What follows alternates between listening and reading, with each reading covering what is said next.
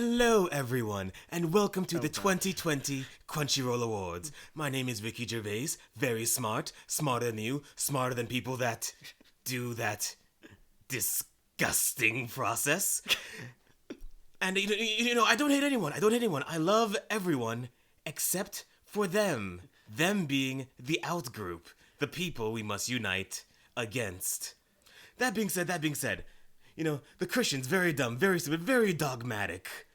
And I think when you're faced with that kind of dogma, what's important is to lock hands, lock step, and decide what your internal rules for facing them are. But yes, thank you all for coming here today. Now, I'm not particularly loved in the anime community, or any community, but I will be speaking at length anyway, and I have 1995's best burns. For example, that pop starlet, her personal life is pretty disorganized, didn't you know? Alright, I'm done kicking sand on Senor Gervais. I mean, kick all the sand you want.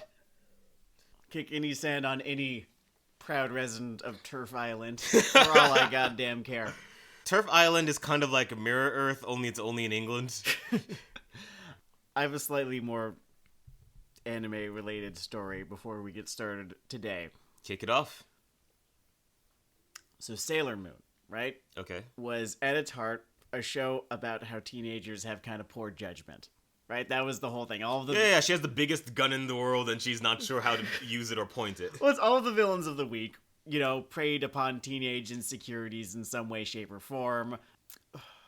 What was her name in Japanese? Usagi herself was a actually very realistically flawed character. She was often, kind of like superficial. She didn't always make great decisions. She felt very, very real, despite, being a very well-intentioned character otherwise.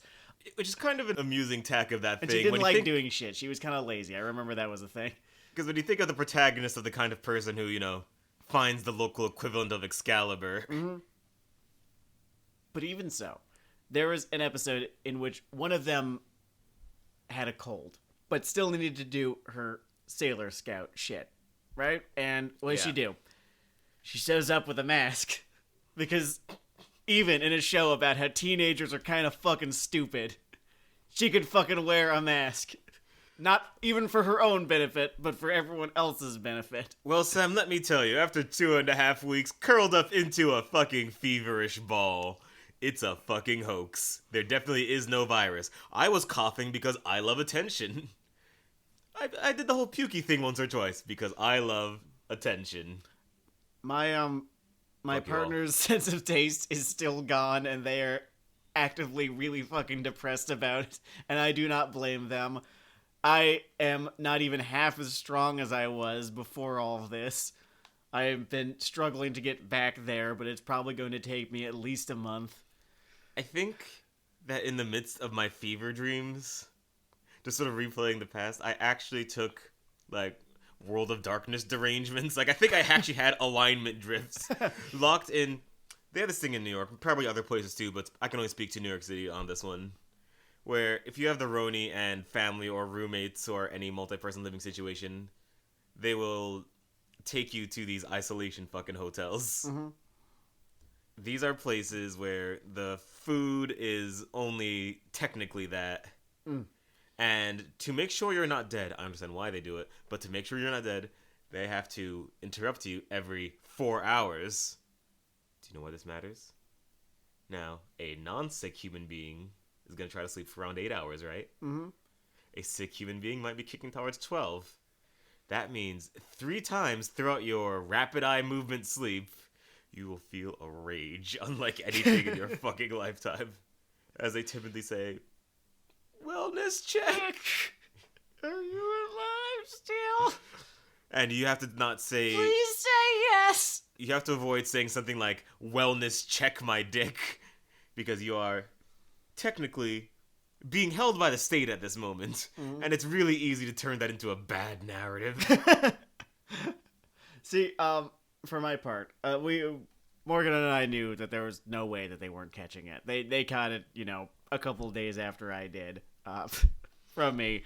But, so we were here, and here in my apartment is my, if I do say so myself, pretty impressive liquor collection. But the thing is that even to get through the day in bed, I was taking a irresponsible amount of ibuprofen. So there I am, hopped up on ibuprofen, lumbering around my apartment, miserable, looking for something to do, and there's Elijah Craig being like, "Hey, Sam, you want a drink? I got death sticks. Do you wanna not feel things as much anymore?" And then I tell Elijah, no, if I do it, there's a chance I don't feel anything other than my stomach bleeding. They say you can have up to 3 drinks a day while taking ibuprofen. Yeah, but I'm taking a lot of ibuprofen. I'm extremely sick, and also I'm extremely sick and shouldn't be drinking otherwise. You're right. We should only do 2 tall drinks. Cocktails. Make sure they're cocktails. Long Island's. You're not even in a Long Island. I know, I don't want to die. I'm already only half full. Anyway, I guess my point here is, I don't hate you if you think differently than me about this issue. Except I fucking do. You useless piece of shit. I could have died. Man. Alright, so as you can tell from the fucking little Ricky Gervais kind of riff before, they recently had the, whatchamacallit? Crunchyroll Awards? The fifth annual Crunchyroll Anime Awards. Right. And this episode is going to be our rundown on the results of those awards. And, just a little conversation about the various nominees, what has been nominated, what has not been nominated. Just whether I feel like, a certain entry deserved to win or lose. I don't know what he's talking about. So here is a little bit of the meta for you, for those of you who like to, track the game. Mm-hmm. I have not seen these results yet. Sam has seen all of them. Yes. I've also not seen all of these shows yet. That is an issue. I've seen most of them at this point. Like, I'm going through all of it. I've seen a lot of these shows. I've seen maybe like 75%, at least a few episodes of 75% of these shows, give or take. Unfortunately, as anime fans and podcasters, I think we only see like 87 shows a year. It's always more, looking back at the year, it's always more than I thought it was. I always feel like I'm almost some fake weeb who, is not doing this for 18 hours a day. Like a real fucking weeb would. This has not completely consumed my life. But, I'll go back and I'll be like, oh, no, I've watched something like 2 or 3 dozen shows this year. Yeah, what are you going to do with your anime pension? God, I think they may owe you more than company he works for does. Spend it on Pocky again? I don't know. What am I expected to do? Okay, so we'll start at the bottom categories, and then move our way, through the evening. Sort of how they announce Best Picture last, that kind of thing. Cool. So Best Fantasy is going to, the lineup is going to be Tower of God, Dragon Quest, The Adventure of Dai, Dorohedoro, Decadence, Ascendance of a Bookworm, Season 2, and the winner... you pause. It's Isekai. It's fucking Isekai. ReZero Season 2. Okay. So CPAC is coming up. CPAC is coming up, and they're about to basically surrender to fascism, more or less. And this is kind of what that feels like. Fantasy, as a genre, surrendering it to Isekai. It's fucking grim, because I have no idea how good or bad it is, right? But a sort of generic mainline isekai one, yes, generic fight me, and... It's extremely generic. Interestingly enough, though, only 2, arguably 3 of the entries were... Actually, no, that's still 50% of the entries. No, that's bad. This is bad. But my point, mainline sort of fantasy isekai thing one, right? Mm-hmm. Dragon Quest, but not. Well, I have no idea how good or bad it is. One of these shows is literally a Dragon Quest adaptation. It's true, yeah. You couldn't at least have chosen something fucking closer to the source zombie? What the fuck? You ever play Dragon Quest 3, by the way? A lot of fun. But... Oh, yeah, no, they're fine games when I'm playing them. One thing I would say about Dragon Quest? Mm-hmm. A lot more kicking around through those little settings they come up for those than in your average fucking isekai. Isekai's like a fucking imitation of a parody of a memory. Yeah, no, it's what literally any idiot could ever understand about a JRPG setting, having played it or not. It's like a fucking low-tier SNL sketch about a topic. Like, Yeah, they're not exactly, really yeah. directly familiar with it. It's a Mad TV sketch about the topic. Yeah, it's a Mad TV sketch about, like, Dragon Quest. Sorry, Will Sasso, I did love your vines. And here we are with it, I guess, I don't know, leading the charge of what the genre is at the moment. And I know things come and go, but boy, is it annoying to just sort of watch it do its Trip H reign of terror. What sucks is that Dorohedoro was up for Best Fantasy. So it's not like they completely snubbed it. Right. It was up for the award at the very least. Like, they acknowledged the existence of other things. Of, like, the better fantasy series, and then just went with fucking isekai. Ugh. Now, before we roll further, I should ask for my own contextualization. Is this one of those committee panel kind of votes, or one of those mass fan kind of votes? Panel of judges. A panel of judges. Oh, categories can be added or removed depending on fan popularity over the past years, as well as fan feedback. Alright, so I'm gonna be that guy. No, and then voted on by the community. Okay, panel of judges and voted on by the community. We could be Jim Cornette here. In terms of what got past the fucking panel of judges, they put the second shittiest Crunchyroll original, Tower of God, in the top fantasy franchises. If I have to hand anything to Tower of God, it's that it definitely feels like its own thing. It's just that its own thing is not too particularly interesting. I guess that's an angle. I guess enough things might be chopped and screwed into that stew to at least not literally be... It just fucking astounds me how, like, I will look at people who stand for Tower of God and talk about their favorite moments in Tower of God, and their favorite moments in Tower of God are some character shilling for another character. Jeez. It's fucking astounding. Like, what has been done to these people. Is their favorite part of an NBA game just some guy sitting on a stool? He's on the team's top 3, but he's just talking about how great MJ used to be and how he's an inspiration. I don't know, I feel like my favorite moment of an NBA game would be, you know, like, when, you know, the camera, you know, pans across and there's Jack Nicholson. Oh, okay. Oh, man. Yeah, that's a... Alright, hit me with the next category. Alright, best couple. What? Yeah, you don't care. Fuck I know. me. What? I know you don't care. All right, so the entries were Legoshi and Haru from Beastars, Kuroko Iwanaga and Kuro Sakuragawa from Inspector. I remember Inspector. We got Kaguya and Shirogane from Kaguya-sama Love is War. Chizuru Mizuhara and Kazuya Kinoshita from Rent-a-Girlfriend. Katarina Claes and Maria Campbell from My Next Life is a Villainess. And the winners, Nasa Yuzaki and Tsukasa Yuzaki from Tonikawa Over the Moon for You. I watched some of Over the Moon for You on my own. It is inoffensive. Inoffensive. So that means this award show is already looking up. It is a decent, you know, kind of rom-com about just a couple who it's less about their relationship and more about them navigating the ins and outs of, you know, just being a married couple in modern Japan, like navigating that world. It's kind of neat. Okay, like, and they were perfectly cute.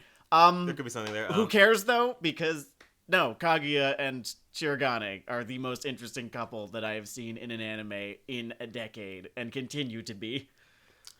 I'm going to... And this is even after Rent-a-Girlfriend blew my expectations the fuck out of the water and became one of my favorite anime of the year. That was a fucking surprise. I'm going to move sideways on this one. Mm-hmm. I did not feel a rage from my stomach or base at their selections. Why this is a category in an award show that you ask me to use my human time watching. Listen. I know this is the meanest thing I say as a critic. Mm-hmm. but we have a limited amount of time alive before we die. So every now and then consider, do you want someone to use a little bit of that time on the information you're putting on the fucking screen? Because I'm not so sure for the best couple nomination. And I don't know, maybe I understand how it happens. Like, it's not even a particularly an anime-focused thing. It's just that whole, I don't know, parasocial kind of shipping culture, but it's still a waste of my fucking time. Like, I'm not gonna say, like, you know, weebs suck or studios suck, but as a species, nation, slice of culture, whatever fucking greater unit, inspect yourselves. I'm a part ways with you on this one, Chief. I'm here for it. You're here for it. Well, I have continuously represented the great darkness. I'm here for it just fine. a little bit. Okay, best score. And this was a year. Wait, is this where Sawano tears his? This was a shirt year open? where Sawano was not even in the running because I don't think that's. Oh, he's not even on season 4. There was no Sawano show this year, near as I could tell. Oh, so it's one of those years where like Okada walks around with balloons or something. Exactly, or like John Williams isn't doing anything. All right, well, I don't know. I'm excited for this one. Okay, well actually these days it's been Michael Giacchino. It's a year that Michael Giacchino is not doing anything. Okay, so we have Yutaka Yamada for The Great Pretender, Satoru Kosaki for Beastars, Urutaichi for Keep Your Hands Off Isaacin, Kensuke Yoshido for Japan Sinks 2020. Did not watch that one. We need to do that. Should. It's Masaki Yuasa, man. Elisa Okahazama for The God of High School, and the winner, Kevin Penkin for Tower of God. Tower of God had fine music, as I remember. It was definitely not a point against the series. I'm going to give them the benefit of the doubt in that I was kind of glazed over by a lot of other stuff, so I might not have noticed a particularly strong if score. the music was really good, I was more just angry at how, like, sneakily generic this show was. I will say that even just judging by the Crunchyroll original favoring panel of judges' selections, it seems to have been a strong Sonic year for anime. I'm going to say that Yutaka Yamada deserved it for Great Pretender. I fucking love the frenetic little jazz score going on in that show. I think it was a beautiful accompaniment to the sort of... It had one of my favorite ED music selections. Oh, okay. Well, that was just Freddie Mercury. Oh, yeah. But no, it was great. And that entire ending sequence was fantastic as well. I love the opening sequence too, the whole like Sid Bass thing that they're doing. Honestly, in the last couple of years, people fucking love Sid Bass, and I will see shit that's Sid Bass inspired fucking everywhere. Which, honestly, yeah, he deserves the love. He was awesome. There's no stopping an idea whose time has come. That's the expression, right? Yeah, I think. Yeah, I feel like that was something that Talleyrand said. Oh man, I love that man. He is the star of Revolutions for me. He is such a time. I think the worst thing that ever happened to him was that he fell out of relevance later on in life. Okay, if that's the worst thing that ever happens to me, he should have fell out of relevance earlier because he should have cashed his chips out earlier. You lunatic. What a fucking star. All right.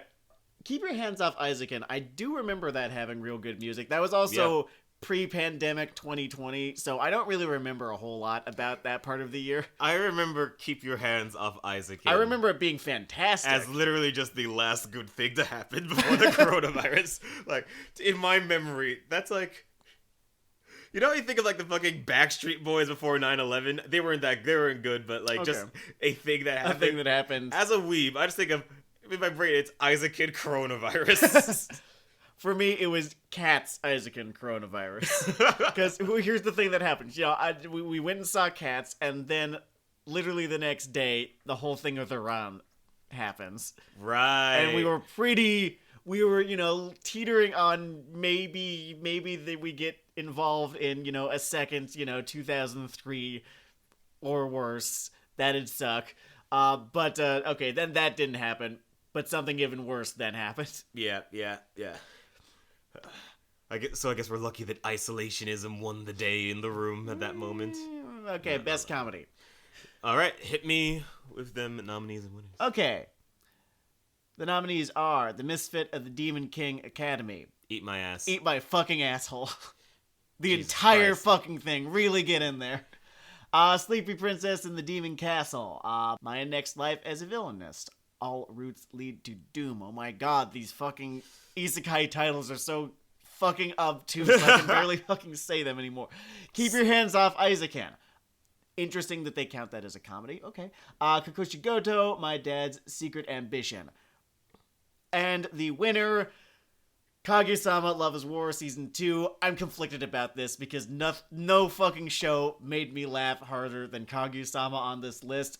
But I feel like Kakushi Goto never really got the recognition that it deserved this year. I tend to be when it comes to awards, I tend to keep an absolute value kind of mindset. Like, things can definitely be underboosted or overboosted, but I don't think that an award show's job is necessarily to prop up an underdog, if that makes sense. Not its job, no.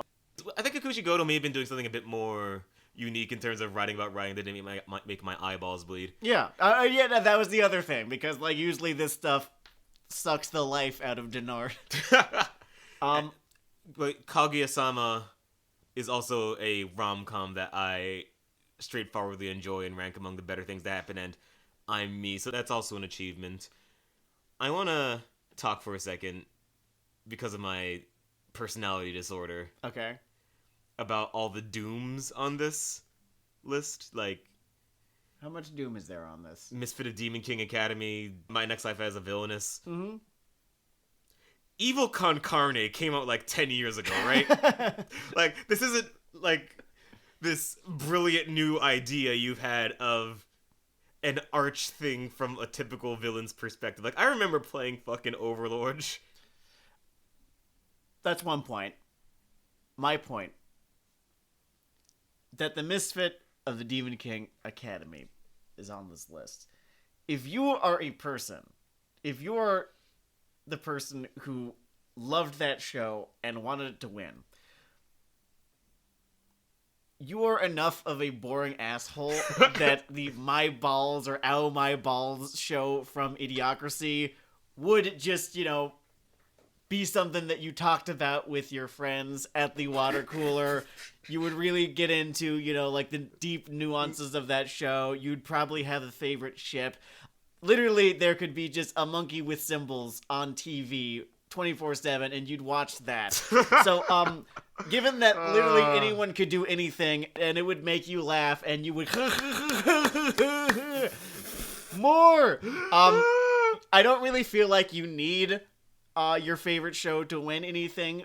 The way that someone like me might, that it might get some sort of recognition, that it didn't get in more popular circles. So, because life is so simple for you, I ask you to be a little bit more gracious. I don't wish that person any ill, because that is alien life to me. And alien life, the first contact needs to be understood, communicated with. Can there be peace between our people?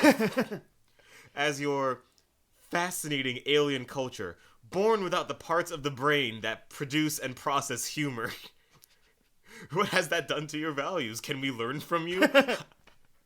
Are there lessons?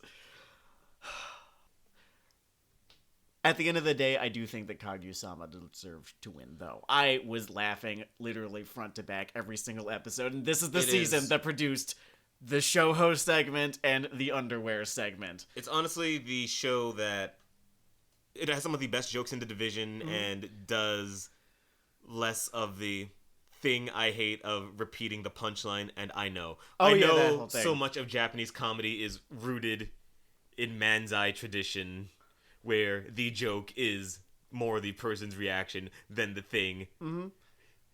Translated to the comics and animation formats without explicitly being a fucking manzai couplet, it still fucking sucks. It still fucking sucks, yes. You need to have a reaction to the thing that happens that's more than just saying what happened and how and why it was ridiculous. And thankfully, Kaguya-sama understands that. Yeah. And yeah, no, the underwear bit was the hardest I had laughed at an anime since Prison School. Easy. Even harder than the first season. I do not think that I ever quite got to that level of about to suffocate in the first season, and I absolutely did get there in the second season. I wonder. I think the 3 times I've laughed hardest in my fucking life are the makeover gag from Clone High, Yeah. the Sonata from Prison School. Yep. And this might be an IQ revealer here, by the way, but fucking sort of tonal contrast jokes will always get me a little. Mm-hmm. And I know there are more character-driven jokes in Kaguya, and this might actually be more of a manga thing. I forget how much attention's got in the anime. But the ramen emperors. What are you doing? Oh, the Ramen Emperors was a good one. The there was just so much going on in the underwear sketch, right? Between him sort of instinctually sketching out his favorite pair of underwear without even fucking thinking about it, to Kaguya fantasizing over what she would do if she saw Shiragane's underwear and how ultimately inconsequential a victory it would be. And it is sort of, you know, her surrendering to her baser instincts that she likes to pretend are not actually present. From a humor standpoint, from a character standpoint, from the purest distillation of Kaguya-sama's formula, that fucking sketch, for me, was one of the most perfect things about that entire show. And that was, I'm pretty sure, the same episode as the show host sketch, which, again, fucking gut-busting. And if you like that one better than the underwear one, then that's a completely defensible position right there. I would understand. God, the fucking glitter. Okay, best drama. All right, this might be a curveball. All right, so Somali in the Forest Spirit, Sing Yesterday for Me, Japan Sings 2020, Great Pretender, Beastars, and the winner, Fruits Basket Season 2. I watched 2 of these shows. 3. I watched three of these shows. I watched some of Sing Yesterday for Me. This may be showing a bit of inherent bias in Weeaboo Hell, though I would like to point out we did watch drama film, but as an anime film, I'm not like randomly throwing my 3D viewing habits to defend my Weeaboo ones. I will say I am kind of disappointed.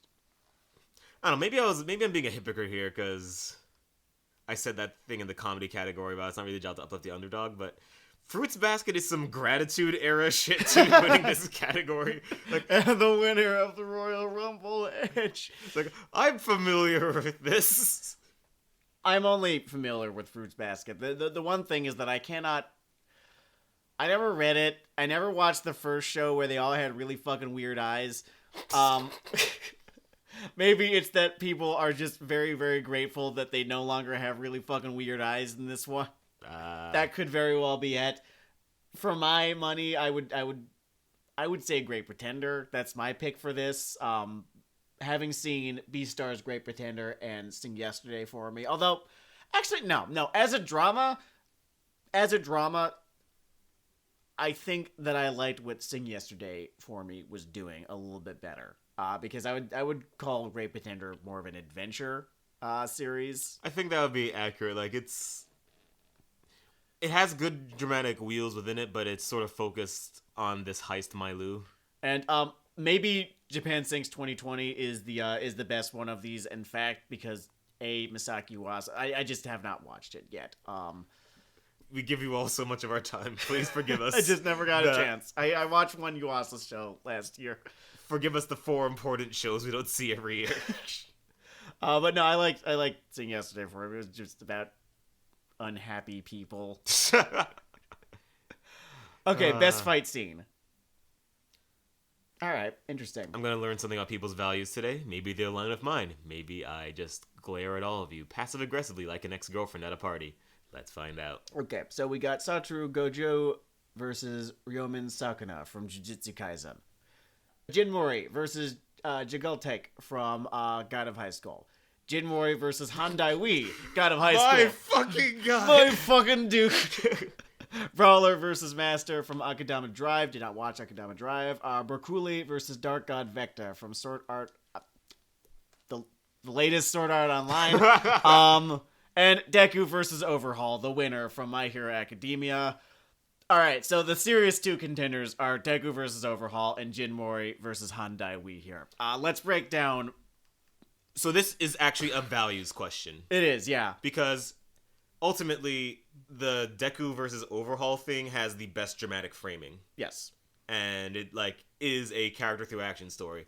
And as a secondary thing, Overhaul still has my favorite superpower thrown into something lately. They also did the whole fucking Gurren Lagann thing where they saved most of the budget for that season for that fight. Yeah, that thing is Sakuga to shit. like, holy shit, guys.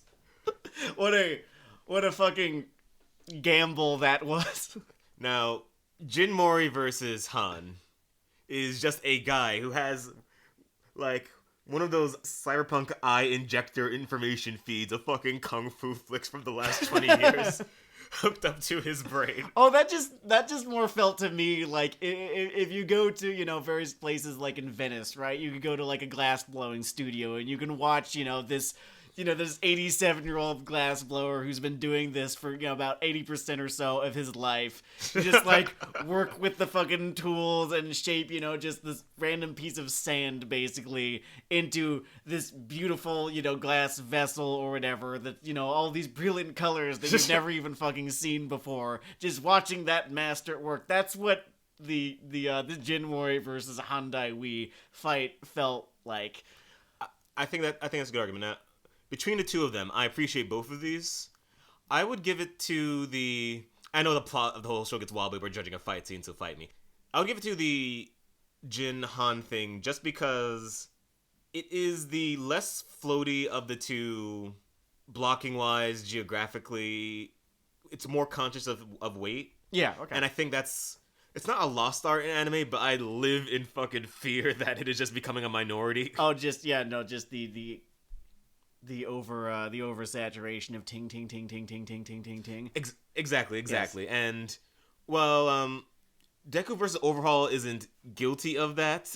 This has more of it. This has more of that type of meat to it. Mm-hmm. And maybe in an era where everything else has this problem, this is getting that punk rock bonus for me. Sure. I think the other thing is that as really fucking awesome as it is to watch the Deku versus Overhaul fight, and it was. It honest to God was. I was having such a fun time. As a fight, it does feel more like a victory lap than an actual story being told the way that the Jinmori versus Han Dai-Wei fight did, because I wasn't really certain who was going to win that fight. I was absolutely 110% certain that Deku was coming out of that one with the strap. That is true. That was his U.S. Championship coronation, I think. So, it's not like I'm even upset that Deku v Overhaul won this one, but I do kind of wish that God of High School got a little bit more recognition, just in general, this from this show, because you're gonna see it get snubbed again and again. I think that what probably closes the gap a bit is that anime fans, and I'm not going to say something dicky here, but I think that anime fans have a sort of maybe conditioned greater appreciation for the bleeding arm, shouting Kia, meteor approaching the earth kind of moment. Okay, sure. And there are all kinds of terrible and great executions of that. There's also the and thing... this is sort of a good one. There's also the thought to consider is the long-term storytelling kind of aspect of Deku v Overhaul versus Jinmori and Han Dai-Wei. I mean, one, you're watching this step on Deku's journey, this very, very long journey that somehow just has involved so little filler, and it makes me so happy to this day. Versus, I want to say that this was 6 or 7 episodes into God of High School, which was a 12-episode season. I think this was 3 episodes in. No, it was getting towards the second half. Yeah. I'm screwing it up. Yeah, you're right. Yeah, but So maybe there's that to consider, where people had more time to get invested and put a little bit more stock in that long-term storytelling than in the really, I thought, pretty efficient booking, I guess, of Jinmori versus Handai Wee, given the amount of time that they have to get us invested in both of these characters up to now. I guess the weird thing, and it makes like isolated categories like this kind of hard. Mm-hmm. The upper bound of our appreciation of something of it is sort of limited by the stuff around it. Yeah. And Tower of God might legitimately have a fantastic soundtrack, and I just don't appreciate any of the other shit happening. Yeah. And so there is a way that everything around a thing can color it. And My Hero Academia, I don't know, it has, I guess why it got the popular win is that it has maybe more going on around the fight scenes. Sure, okay. Whereas I would just flat out say I think God of High School would get my win. Okay, for us, but absolutely. That's my rambling thought there. Sure. All right, on to Best Character Design. The entries are Yoshiyuki Sadamoto and Hirotaka Kato for The Great Pretender. Rumiko Takahashi. Holy shit. Oh, yeah, okay, yeah, that one. Rumiko Takahashi and Yoshihiro Hishinuma for Yashahime, Princess Half Demon. Oh, the Inuyasha sequel thing, right? The Inuyasha sequel thing, yeah. It's amazing that people are talking about character design. There's so much other shit going on. Why couldn't it get Best Couple? I'm going to contextualize this one for those of you. Wait, hold on, let me go through all the nominees. Okay, Naoyuki Asano, original designs by Sumoto Uwara for Keep Your Hands Off Aizaken, which is a manga adaptation. Masashi Kudo and Miho Tanino, original designs by SIU for Tower of God. Okay, even if you like Tower of God, really? They weren't that great. Janice Chan and Yusuke Yoshigaki for BNA, Brand New Animal. And the winner, Mayuka Ito, original designs by Ira Aida for Toilet Bound Hanako-kun. I did not watch this show. God damn it. I keep on... I missed this one entirely. This was when I was going through these results. This was the first time I'd actually heard I was of so this excited for this category when you're listing all the other nominees because it was thing I knew, thing I was familiar, fuck. God damn. All right, well, maybe it deserved it. I don't actually know what those character designs looked like. My vote's for fucking Aizaken. They just those character designs, and there's literally just like those three characters, right? But they packed so much fucking personality into such simple fucking shapes. I might be with you. Let's run through these one by one. Actually, okay. let me gather my feelings. All right, so Great Pretender. Great Pretender. Really good. Everyone really good. The personalities are coming through. They do not do the thing where they all just have different haircuts. Everyone looks very much like their own character, right? I remember. Yeah. I mean, just like, okay, so if you haven't even seen all of Great Pretender, I've seen about half of it at this point. Because it's arc-based, right? You can just go by the arc, right? So let's go talk about the first arc, because I imagine that's the one that everyone who's watched any of this show has seen, right? And, spoilers and all that. And spoilers, right? No, it's just... so, the drug arc, okay. So you've got, the main three, you've got that film producer, you've got his bodyguard who, kind of wants out a little bit because he's got a kid, you have that kid, you have, the cop who's chasing them, you have, like, the FBI agent who's chasing all of them. Yeah. Right? But, like, I don't necessarily remember their names, but, like, I always will remember, what they looked like and the personality that these designs conveyed. Oh, yeah, like, the second you see, like, an Abby or the main guy, it's very efficient character design, and it just does a really good job of giving the show its own look and personality. So I'm gonna definitely respect that as a nomination. I'm gonna give a shout out to Abigail Smith's character design, in that it seemed to almost be an intentional evocation of Revy from Black Lagoon. I don't know this for certain, but this is my little tinfoil hat theory. As a Black Lagoon friend, I definitely appreciate it. So another one that I thought was good and honestly better than maybe other elements of the show is, Brand New Animal. Yeah. Trigger is Trigger. Trigger is Trigger. They do this thing good, guys. Good character designs about 7 episodes in us saying this is a little stupid. Yeah. B&A just as a series, I just every single episode I was just wondering, what are you going for here, guys? And I never got an answer to that question, unfortunately. I mean, you got several answers. I got quite a few, often contradictory.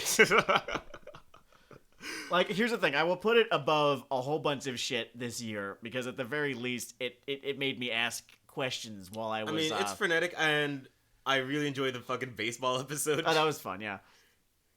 My problem with it, not a huge problem, and not a show ruiner. It's a good ride overall, which is better than their previous offering. So good job, guys. Yeah, I mean, but they just needed it to be better than Darling in the Franxx. It did that fucking thing where this isn't quite at cliche level, but it's like one of those things where I sort of will squint a little. Where it's like, I am the ancient god version of your species or faction.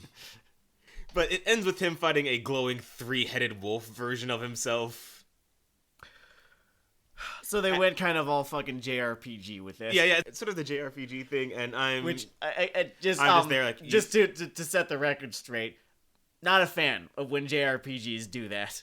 Not a big fan of the whole, it's sort of treated as this kind of joke, like this in-joke among the fandom where you start out fighting some random slime, right outside your hometown, and it's a bunch of kids, then it ends with killing God or whatever. And after the 50th fucking time that they do this, there's really very little left to say about any of it.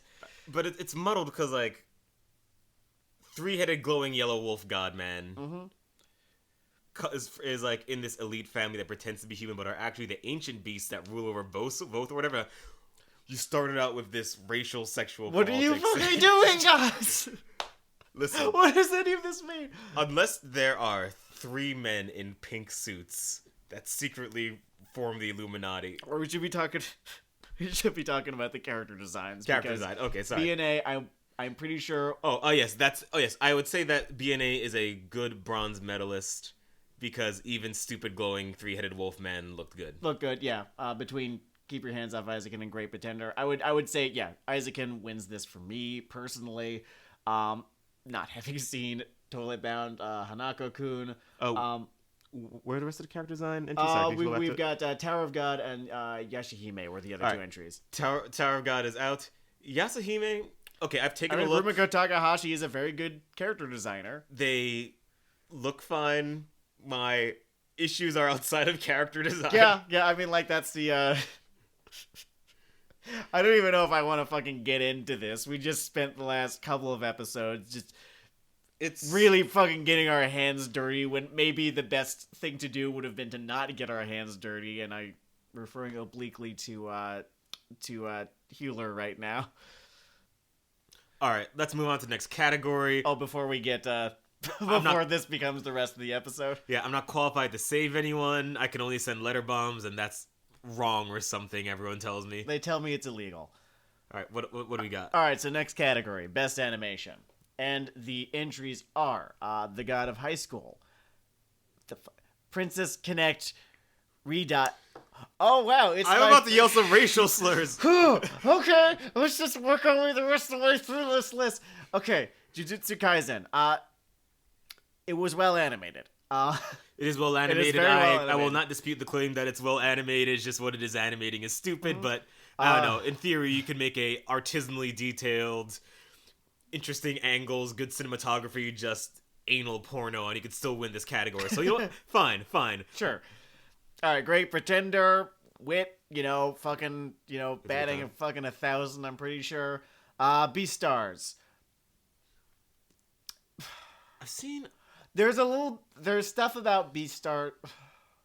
Ultimately, I was thumbs down on this show. Though I do recognize its virtues. I'll get into it later when we're talking about something other than animation. In terms of animation, I still find the fucking CGI thing really fucking distracting when it is the only thing that's being used. Totally fair.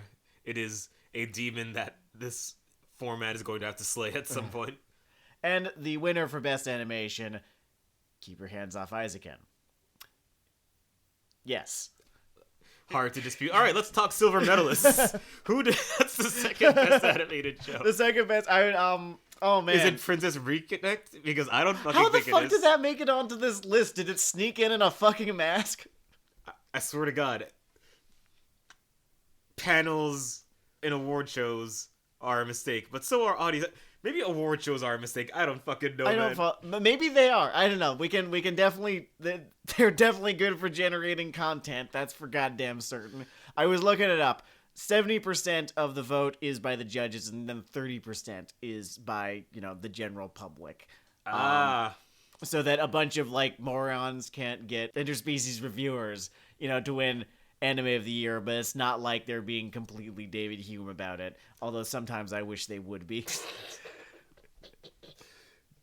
God.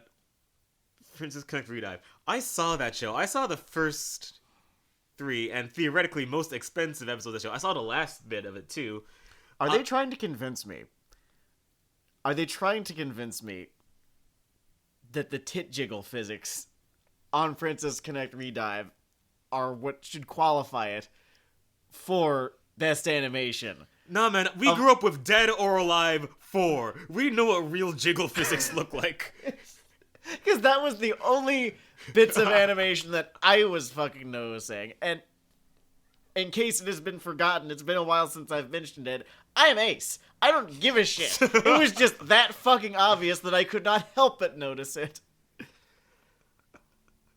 Technically, a still and moving breast have the same number of atoms, observes. Jesus fucking Christ. Observes our best card here. I don't fucking understand. Alright, so for me, it's between Great Pretender and God of High School. Hold on. I'm thinking here. I think I am so wary of this internal bias of, like, is it disqualified because it's stupid? Because I didn't like it, yeah. Because that was a really expensive-looking volcano man shooting generic fire energy in his battle zone. Yeah, but it did look expensive. I don't know, but direction is sort of a part of how you sort of take animation. And no, that's got its own category. Oh, this is okay, fine. No, I think it's the God of High School. Between the two, remember that first fucking Battle Royale? Remember the Street Fighter Inc. No, which one? Oh, Street Fighter 4 had this whole gimmick where in a lot of its cutscenes and promo material it had like that sort of watercolor look. Sure, yeah. And God of High School. God of War High School did that sometimes. Yeah, I think for the fact that it's literally just a fucking tournament arc with weird webtoon shit thrown in, they did a whole bunch of interesting experimental shit in God of High School that I really appreciated, which I think would qualify it for the silver medal because nothing is fucking touching Isaacin. They're keeping their hands the fuck off. That is quite true. Man, by the way, Great Pretender, still love the whole color spread. It's such a fucking joy to watch that show. Just again, in terms of production design, its character designs, and of course its animation. I would say that a God of High School's animation impressed me a little bit more, although Great Pretenders was just always base level great. All right, I'm gonna bring the intellectual question to its apex. Sure.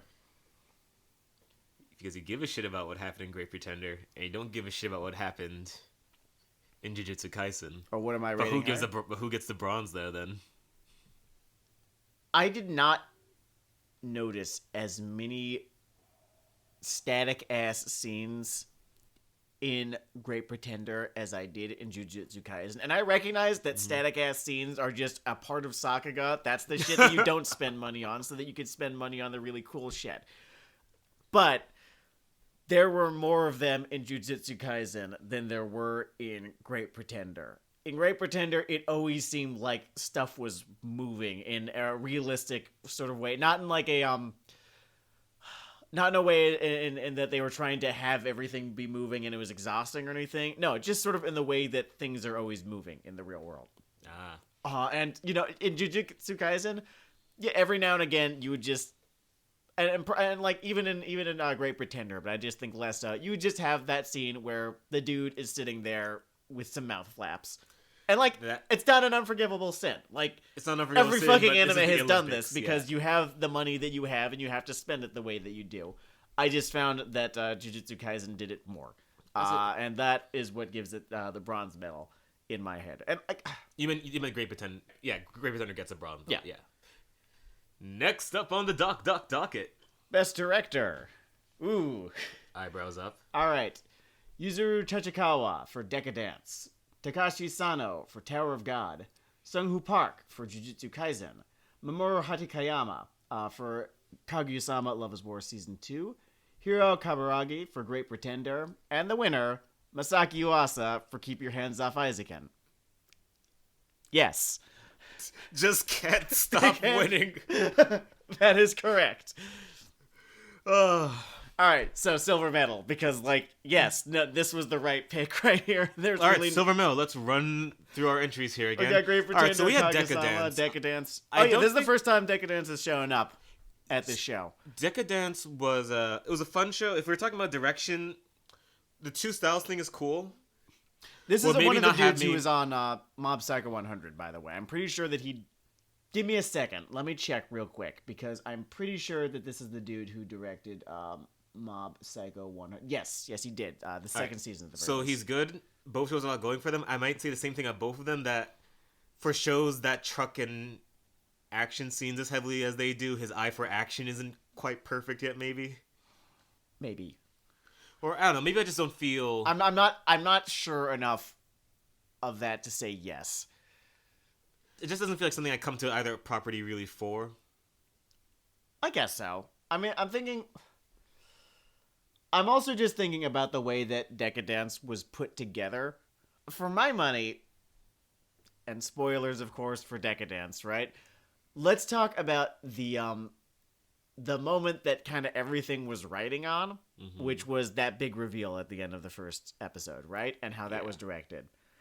I was more confused than anything else. It was less of a big oh shit moment than it was me being like, wait, this feels out of place. And maybe, I don't know, maybe I'm a smart getting worked right now, and that's what they were going for.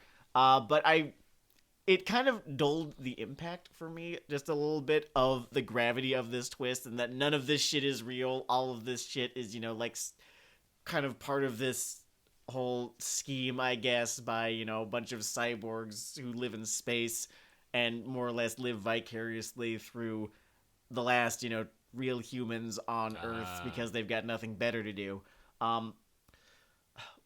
Honestly, as a concept, Decadence was a really interesting send-up of, the isekai formula, right? In terms of the way it was directed, I definitely thought that it was effectively directed, certainly. But here's the fucking thing. The fucking thing is that Kaguya-sama is on this list of nominees. Oh, man. Look at this man just holding up the shoujo belt. And... Shoujo scene belt. No, so shoujo scene belt, yeah. And here's the thing. Yes, Masaki Yuasa wins every single fucking day, but it is fascinating how much of a country mile Kaguya-sama is, to me, at the very least, beyond the other four entries, the other four entries that it beats out, before it ultimately falls to Keep Your Hands Off Isaacin. In direction, I don't think Great Pretender is actually that far behind Kaguya-sama. Maybe some script level things, but I wouldn't say direction. Maybe. I just found myself so fucking enthralled with how they put together all the various gags and vignettes on that show, and just the fascinating way in which they adapt the gags as they are laid out in the manga. And this might be some bias here because, Great Pretender does not have a manga, right? And I have not read Tower of God or Jujutsu Kaisen, or Decadence, I'm pretty sure, an anime original as well. But I have read Kaguya-sama. I do know how, he writes that manga, and then how this manga was adapted and what they do in order to make the jokes work.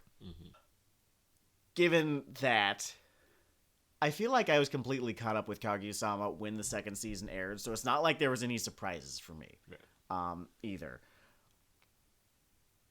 I found myself amazingly impressed with just how they used the fact that this was all animated to their advantage, in Kaguya-sama, doing really weird kind of screwy things with the animation, in order to get across, the joke that was being told in the manga, which you cannot tell the same way when this is an anime. It just does not work like that. It's a different beast now. All right, so I am going to go to the steamiest of hot take farms. And I think for me personally, Great Pretender is playing a way more straight-laced presentation game. Yes. But I think that what it achieves solely on the front of directing, I mean, I would give the sort of Love is War scripted over it, but solely on the front of directing and application of its resources to create this mood and convey this kind of Lupin Panther Panthers 11, yeah. tone. I think it's a very strong directorial feat. Oh, absolutely. And I'm definitely not arguing that it's not. I think it's a higher wire act in a way. Sure, yeah. Okay. Fucking Jujutsu Kaisen got a nomination. And here's the thing. The thing that I was noticing is that for all of its faults, it was very well directed. Sung-Hoo Park is real good. As I was saying, like, before, he's gonna be a fucking star someday. Though maybe he is already, just not for the right reasons. Just fanning himself with fucking Kaisen money. But yeah, no, he did a fantastic job taking Jujutsu Kaisen and making me not hate it. Because I certainly didn't hate it. It was just, I think as I said in an earlier episode, it was a love letter to a genre that I already fucking hate. So it was just a very well done thing that I would never had any chance of liking. Who's the best Crunchyroll artist? Best VA performance. VA performance in English. All right, so we'll get started. Jonas Scott as Legoshi from Beastars. Johnny Young Bosch as Bam from Tower of God. Crispin Freeman as Zeusudra from Fate Grand Order Absolute Demonic from Babylonia. Oh, look at that semicolon. Slash mark title semicolon. Oh shit, those are two semicolon bitches. No, I'm sorry. That's slash dash mark semicolon. Slash dash mark and then I'm sorry for misrepresenting the Fate Stay franchise in that moment, everyone. I'm never, ever going to watch any of those shows ever again. Aneris Quinonius as Echidna from ReZero Season 2. Aaron Phillips as Laurent Thierry from Great Pretender. And the winner, Zeno Robinson as Hawks from My Hero Academia. I didn't watch any of these dubs. I don't really watch dubs anymore. All right, our like opinion, not a single one of these. Our opinion on these has unfortunately been overdubbed. I did hear 2 episodes of Laurent. He's good. He seemed. That is not a. Seems like he'd be good. Crispin Freeman, always a fucking joy to listen to. He was Red Arrow on Young Justice. Great. Zena Robinson was Cyborg on Young Justice. So a couple guys from there. I mean, Johnny Young Bosch is always, he was Lelouch, if you saw that, or if you saw the dub to that. He's always fun. Anyway, congratulations on getting your checks, guys. Congratulations on getting your nominations. I'm sorry that I cannot really comment on any of these. Typically speaking, I'm watching the show as it airs, and very few dubs are simulcast. So that is just why. Every now and again, you will get the simulcast dub, but at the very least, it often tends to be a couple of weeks behind the Japanese release. And it is worth pointing out, though, that we are not anti-dub on this program. No, I'm absolutely not anti-dub. I just do not find that I watch them that much. If I hear that there is a really fucking good dub, then yeah, I will absolutely endeavor to go find it. Okay, best vocal performance in Japanese. This I can speak to.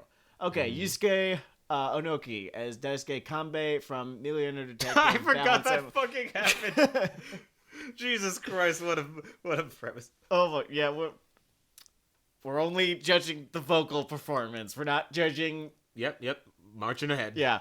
Okay, Yuichi Nakamura as Satoru Goju from Jujutsu Kaisen. He's the blindfold Kakashi guy. Yeah. Free free fan favorite bonus to the performance. Yeah, the Dime Store Kakashi Sensei. Yeah. Riho Sugiyama is Minari Wait, Koda. hold on. You said Dime Store? No. Brick through window and grab Kakashi Sensei.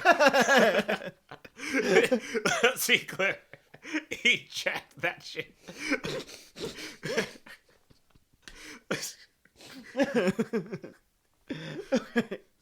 Riho Sugiyama is Minari Koda from Wave, Listen to Me. That one flew under my radar, but it looked very interesting. It kept on being so close to being the second show in a Weeaboo Hell episode, but other things just kept slipping in. It just premise-wise, it seems pretty interesting to me, and it's about her voice, right? Because it's about her being, like a radio host.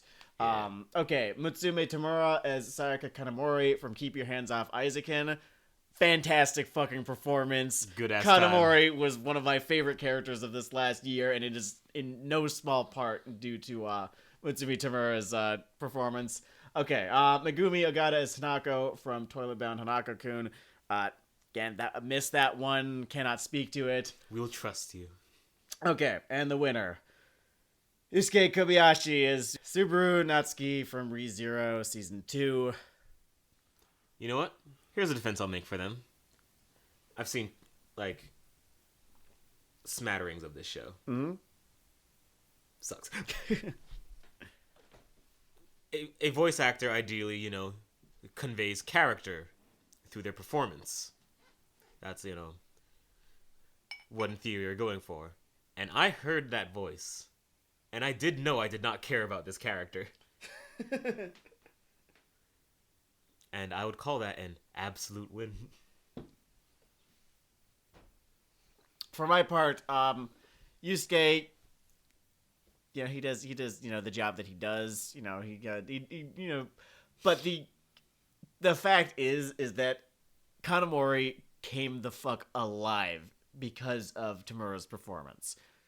That fantastic kind of rasp that she sort of had, it really kind of made her what she is. It's really why Kanamori is such a unique character, is because there's both in terms of character design and vocal performance, right? The show was such a masterclass in texture and conveying character rather than sort of sticking to sort of what is known and accepted about character design in anime. I think Yuasa made this very conscious choice to not try and have his characters feel like cute or moe or anything like that in the way that, is sort of understood to be, kind of how assembly line. Yeah. No, he designed the characters really just so that you could understand everything that you needed to about them. And the fact, bonus points, is that not one single one of the three ever ends up feeling at all sexualized in any way, shape, or form, which is nice because they're all minors. It's nice, and this seems to happen. This is a rare enough occasion that I must, shout it out when it does happen. There's even a fucking scene when they go to the fucking when they go to a fucking onsen, right? And they splash around, and it's not treated at all as fan service or anything. It's really a modern goddamn miracle. It was, yeah. And I mean that genuinely enough. I didn't say fucking miracle for laughs. But I'm talking about vocal performances here, and I'm catching myself talking about just the show as a whole. Fuck. But in terms of her voice, well, you can recognize it from orbit. Yeah, exactly. Because I am, a gaijin, right? I'm not going to be able to tell too many Japanese performances apart if I'm closing my eyes. That is just my limitation as a guy who can understand a few phrases in Japanese at most, right? Just from a lifetime of watching it, but not speak it even close to conversationally. I could recognize Kanamori's voice with my eyes closed, listening to it at any time, and recognize it as Kanamori, and there was just something real fucking special about her performance. I don't know, man. It's a hard-ass act to follow, but congratulations for everyone again. I know, I'm kind to actors, I guess. Keep going. Get the bag. Alright, best ending sequence. Alright, so welcome my... Oh, here's your favorite category. Ending sequence? I mean, you always have something to say about EDs. I do have a few things to say about EDs, yeah. Alright, so Welcome My Friend by Okamoto's The Millionaire Detective Balance Unlimited. It was a track. It was a track. Truth be told, it's been so long. That was a pre-pandemic show. It was a pre-pandemic show. I don't remember. It was the same kind of James Bondified, like... Okay, sure. Yeah. The Great Pretender by Freddie Mercury from Great Pretender. Everyone fucking remembers this one. It was the fucking singing cats. It fucking kicked ass. It is how I got my partner to like this show. Night Running by Shin Sakura, featuring Amy from Brand New Animal. You watched more of Brand New Animal than I did. Oh, yeah, I watched the whole thing. It was fun. I wouldn't put it ahead of the singing cats, but again, Trigger has a lot of style, and this is part of that package. Last Dance by Mamoru Miyano from Inspector. Watched Inspector. Don't really remember that ED too well. That could have just been because I was like, okay, let's watch the next episode. So right now, we think we're talking about Id Invaded, which we covered on the show. And Inspector is a totally different show. So this next bit is about Id Invaded, functionally. Sorry about that. Which, points in Inspector's favor, because I did find it, although often kind of silly and like, okay, so this is magic then. It was a fun mystery. But also it felt like less sci-fi and more magic. Great. And they left behind mental particles or something. I don't know. This gun says they're still there. We need to activate the device. Thank you, Magic Gun. The device. Okay, DDDD by No Name from Dorohedoro. We're going to talk about Dorohedoro, and I've got some very unpopular opinions about Dorohedoro. You have unpopular opinions, like get us flayed and burned kind of unpopular opinions, or... We're going to talk about Dorohedoro later. Later? Probably. Yeah, we're going to talk about it in the... in a later category. Alright, everyone, so we're gonna hold that as a point of dramatic tension. Okay, and Best Ending Sequence winner, Lost in Paradise by Ali, featuring Akalo from Jujutsu Kaisen. This is a defensible choice. Yeah. I liked the Great Pretender better, but Lost in Paradise was a fantastic ED. It was so fucking fun. It was fun. It had it's a very strong version of that post Bleach style, I guess you would call exactly. it. Like it's I really enjoy series, or I really enjoy when series have a particular aesthetic or culture. Oh, personality is such an important thing in, like, so many things feel the same at this point that when you have that sort of when you have that kind of thing that your show is a fan of, it can do a lot for that show. So the sort of like Gen Z TikTok rapper aesthetic that Jujutsu Kaisen has. As an aesthetic, it works. It works real well for this show. Mm-hmm. And while I have the things to say about Jujutsu Kaisen as a whole that I do, in terms of its look, in terms of the personality that it gave the show, really fucking great idea to sort of do that. Yeah. The best term I can think of it is a fingerprint. Yes. Also, the fun kind of Sid Bass thing, we were just talking about him earlier, that Great Pretender did. Really fantastic fucking choice. I mean, it's not the first thing that is chosen to go for a Sid Bass aesthetic, because, he's one of the most popular pop artists of the 20th century, contributed to the look of, spy fiction and everything involving cloak and dagger nonsense that we, know of and love today. It's just Sid Bass and the Man Who Was Thursday, sort of rocking on old wooden chairs. I remember back in my day. It definitely had that going for it, right? That was the personality that it chose as well. Millionaire Detective was kind of going for like a James Bondy kind of thing, and I'm remembering the ED was like good, and it had that entire it's defensible. I think it's maybe just not the peanuts I would put on my airline. Not really. But yeah, good day in EDs. Honestly, openings and endings have come a long way. Oh yeah, I was watching fucking Colors by Flow, right? Which you may remember as the first OP to Code Geass. Right. From like 2006, 2007 or so. And it is fascinating how far we've come, given that I thought that OP kicked so much ass when, Code Geass was airing. I remember these used to be either identical or low effort enough that a video that just got a bajillion views was every anime opening ever. Just intercutting similar shots from popular shows' OPs. And I think that would be a harder video to make today outside of the isekai genre. I will stop kicking you people in the ribs when you are dead. It's just fucking fascinating because, Colors by Flow, right? Widely considered to be one of the more iconic OPs of that decade. If you look at it, it's a whole bunch of shots of, like, the Geass effect. Like, a bunch of that OP is just not static necessarily, but basically just like, okay, and here's the Geass effect. With, credits superimposed over it. Hey, man, we broke the budget on that fucking eye, okay? And then the rest of the OP, for the most part, is just a character appears. Another character appears in front of that character. Another character appears in front of that character. None of them are moving. That was what OPs used to be, and we thought that they were great. Although I do remember, at this point in time, there was... I cannot remember the name of the song, but the first OP to Death Note.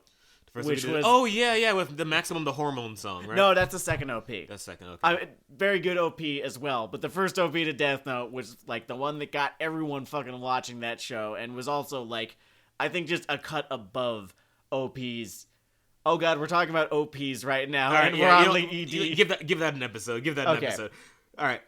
Opening sequences. So transfer some of that chatter's value to this. All right. Phoenix by Burnout Singing Drums. From Haikyuu to the top. Okay, so here's the thing. Are you going to waste those sports? No. We're doing an episode, please. I like that joke. Okay, fine. Sam has thoughts about it. I enjoy hearing them. I think they deserve a little spotlight. There's a lot going on in this episode. Okay. Kai Kai Kitan by Eve from Jujutsu Kaisen. It was a good OP. Mm-hmm. GP, composed by Yutaka Yamada from Great Pretender. Didn't know it was named that after the show. Yeah, it was just, it was an instrumental track. Easy Breezy by Chel Miko. Hell yeah! From Keep Your Hands Off Isaacin. Okay, we're just gonna go to the end of this list. Daddy Daddy Do featuring Ari Suzuki by Masayuki Suzuki. No relation. Kaguya-sama Love is War Season 2. And the winner, Wild Side by Ali from Beastars. Yeah, okay, fine. Just I have a lot of Easy Breezy in my brain. It was so good, right? Yeah. Like, it was limited, certainly. Like, they were limited in what they actually did in that OP, but as far as what they accomplished, Easy Breezy was the fucking catchiest fucking OP of last year, and there's no fucking question. It's even catchier than fucking Daddy Daddy Do. It's a genuine... Like, that's what it's up against. It's a genuine earworm without resorting to a set of pop music tricks I like to call Dr. Luke's clipboard. For those of you who don't know, Dr. Luke is an American pop producer behind like a quarter of the fucking pop tracks in America and also a repeated sex pest. God damn it. You hate to see it. You hate to see it. You do actually hate to see it. Yeah, one does, in fact. I'm being 100% serious. Despise to fucking see it. Alright, Kakai Kitan was a very good OP, but it felt like a very standard good OP. Like, this, it was doing the thing well, but it did not do anything that particularly It does not compare well to its ED. No, I think the ED of that show is definitely better, and I think it definitely deserved to win. I think Kakai Kitan, again, it was good. It was, dynamic. It had this fun thing where it was very... It had great fidelity to Tokyo and Tokyo's geography and just places in Tokyo. That was kind of interesting, just, given, the idea of Tokyo sort of being a character in this series. Yeah. The way that it is. I think it was a very competently done OP for that series. It never wowed me in the way that a whole lot of people found themselves wowed by it. I thought it was good. I thought it was a good OP. I did not find it to be low effort or cloying or anything like that. Keep going. I'm just making know something. Okay. GP. We were just talking about Sid Bass. Yeah. And then Daddy Daddy Do is such a perfect goddamn opening too. Like I'm upset that this had to share a year with Wild Side because it would have won in any other fucking year. I mean, Beastars did the thing they always tell us to do in advertising of just putting your best bullet first. And they certainly fucking did, and that OP, even though, again, I was ultimately thumbs down on Beastars, no, that OP was goddamn perfect, one of the best in years. That is correct. All right, so next category, I just saw the title. I didn't see the winner. I saw the title. I'm irritated. I'm a very easily irritated man. But Sam, walk us through the... Best girl. I hope you people get herpes. I hope you people become sexually successful and then get herpes. Okay, so... Sayaka Kanamori from Keep Your Hands Off Isaacin. Fucking love that she's even here, guys. Ahead of all the sort of jiggle wizards we're gonna get, I'm sure. I'm glad she's here, I guess. Oddly enough, none of these are tit jiggle wizards. Noi from Dorohedoro. She was like the really fucking tall one. Okay. Chizuru Mizuhara from Rent a Girlfriend. A dark horse, but I think she deserves to be on this list. Yeah, she was a great fucking character. Katarina Claes from My Next Life is a Villainous. All routes lead to doom. That was I had like only grudging respect for that one. I mean, like I had it, and the character was okay. I get. Abigail Jones, Great Pretender. So does best girl mean like best weird relationship bait or just best female character? Because like she goes places. It's an odd question. I think you would get different answers if you asked different people. Because like I don't know if she's super strong on the fucking weird waifu vector most of these are being evaluated on. I love the running gag of her flipping people off in interesting ways. Or just it's just like the way that the series is directed when she flips people off, like it'll always be from like her hand will enter frame in a fun way. Yeah, I like her confrontation with spoilers. I like her confrontation with Red Baron Man. It was an interesting time. All right, and the winner, Kaguya Shinomiya, Kaguya-sama Loves War Season 2. Oh, you have to defending. All right, Seb beat me to the joke. I was going to say, it's really weird seeing like a 14-year-old Japanese girl come out, take a bottle of water, and spit it into the air for holding the title over her fucking head and then fucking crippling someone with a sledgehammer. I have no arguments against this. Fatsumita! It's all about the game and how you play it. Oh man, Abby cuts like 3 weeks of promos about how she grew up loving this business and this is her dream. And then fucking Randy Orton fucking gets her on the fucking apron.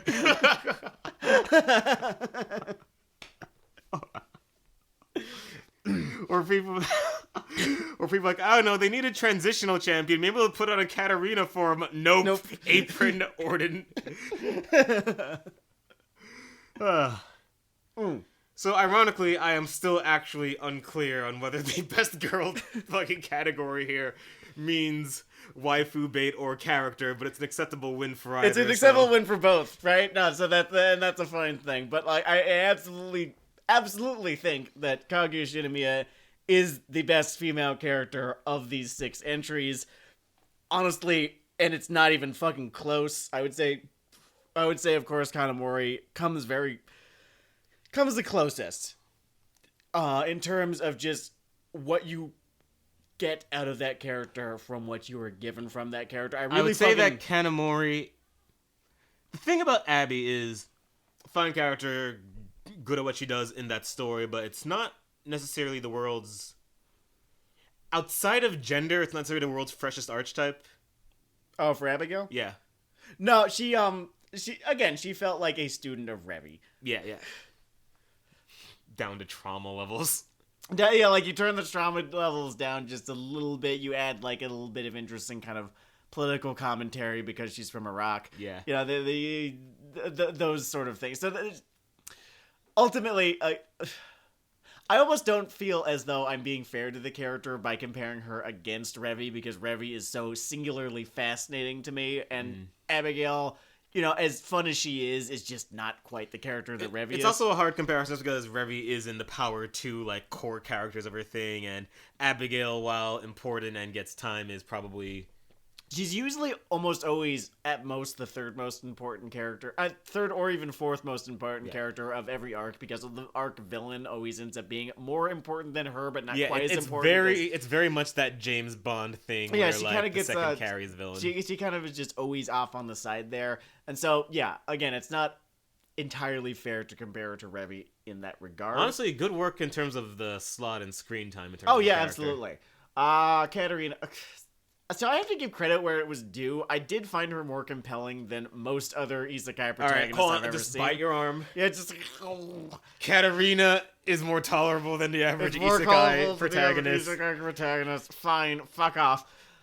Chizuru Mizuhara from Rent a Girlfriend. Just Dark Horse. Yeah, Dark Horse. Thought it was gonna be a hate watch.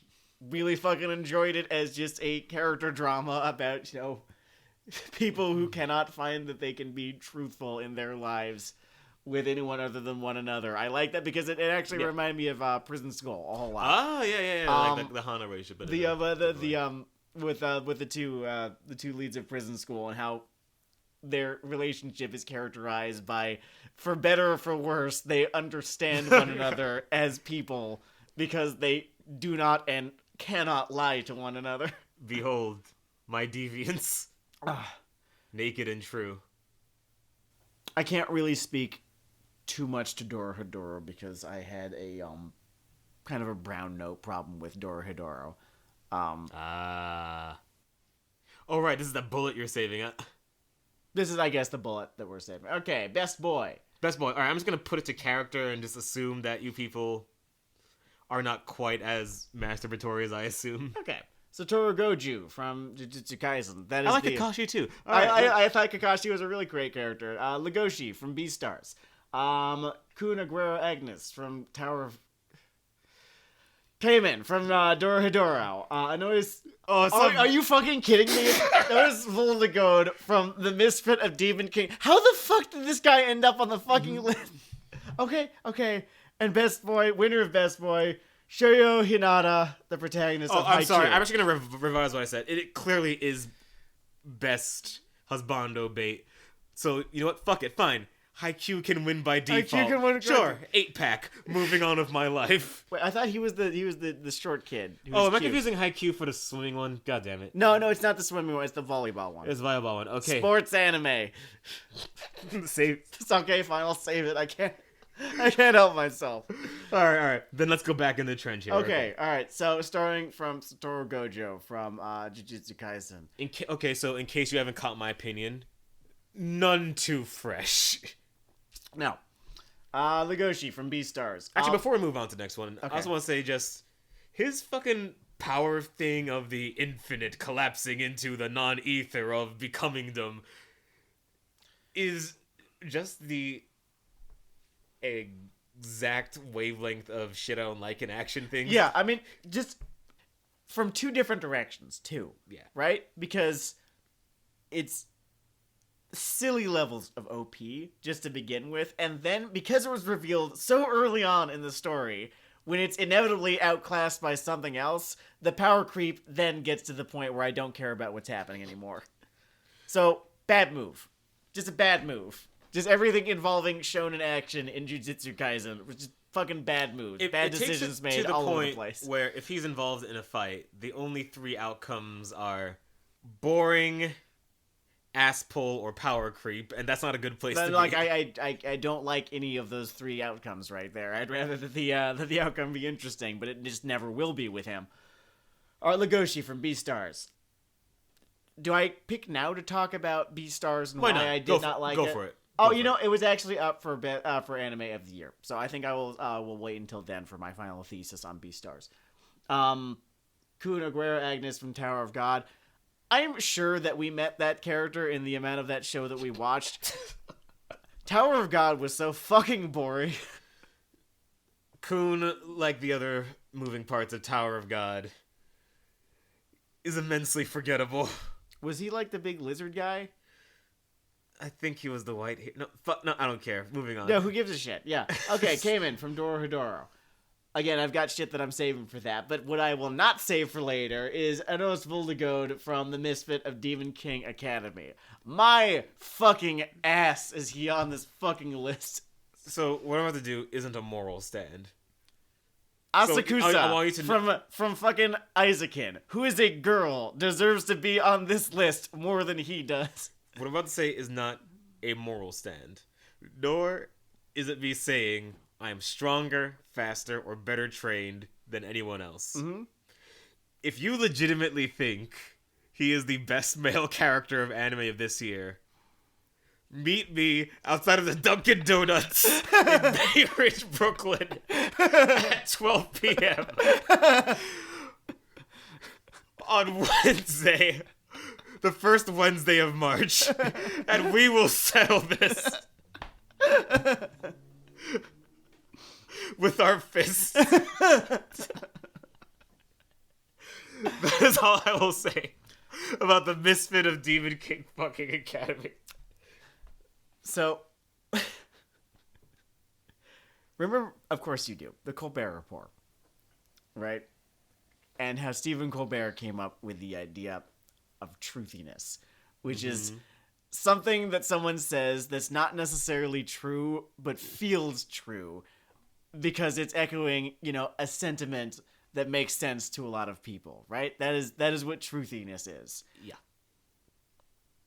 And while this is not actually Enos Vuldegode or Shadow the Hedgehog's real theme song, there's that one thing that, you and James, I think, came up with at that one point. The kiss my butt, I don't give a damn, go to heck if you don't understand. I will actually take exclusive credit for that That one. was you? Yeah. That was just you? Yeah, so...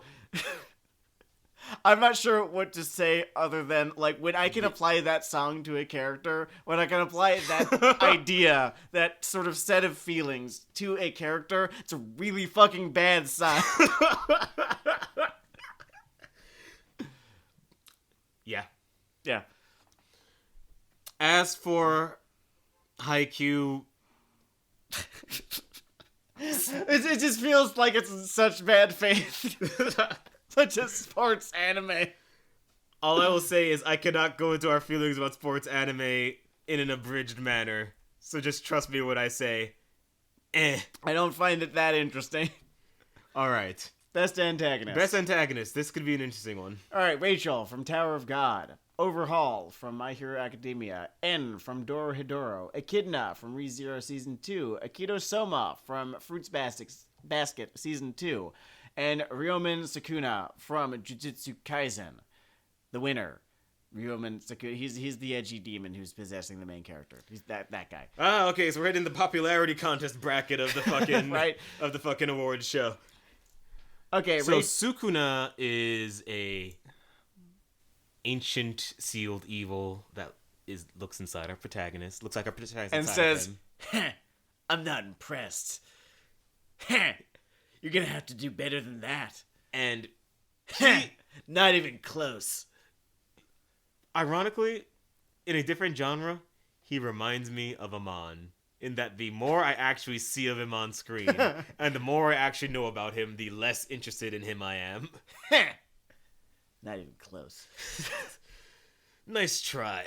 Nice try, nerd. Maybe one of these days, you'll make me flex my muscles just a little bit. The best thing I can say for him is was impressive. I felt a drop of sweat just now. The best thing I will say about Mr. Sukuna is that sort of staple gunning the sealed evil in a can to superpowered evil side is a fun idea. That's an interesting idea, certainly, yeah. So yes, I will freely admit it is very amusing that what is functionally the main villain of this is just sort of along for the ride through other shit. The only problem being, the more you see of him, the less interesting he gets, which is because ultimately he's just not a fucking interesting character. Yeah.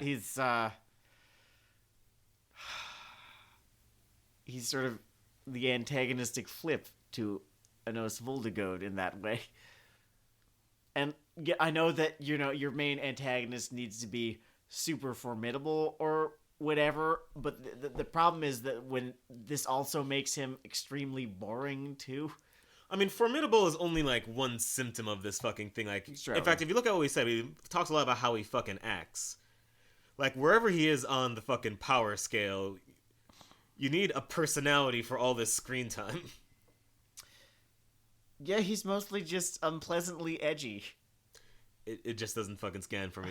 There's no fucking charisma behind it either, at least not that I felt.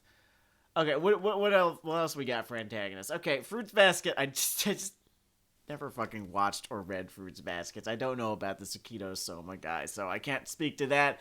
Sorry, if you were waiting for me to, be right or wrong about Akito Soma, I'm really sorry. I just didn't fucking do it. Fuck it. You know what? Since I am never gonna find the time to write or read Fruits Basket, I'm going to assume he's fucking brilliant. Good job, Akita. Okay. Echidna from ReZero starting life. Nah, fuck it. Fuck it. No, Dorohedoro N. Alright, so now I think I can just go ahead and talk about Dorohedoro. It looked like a Borderlands cutscene, and I couldn't fucking get into it.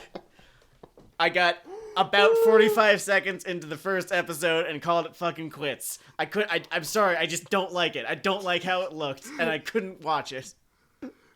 At the end of the day, everyone, it sounds mean, but anime is composed of light and sound. And if the light hurts... and the light hurt.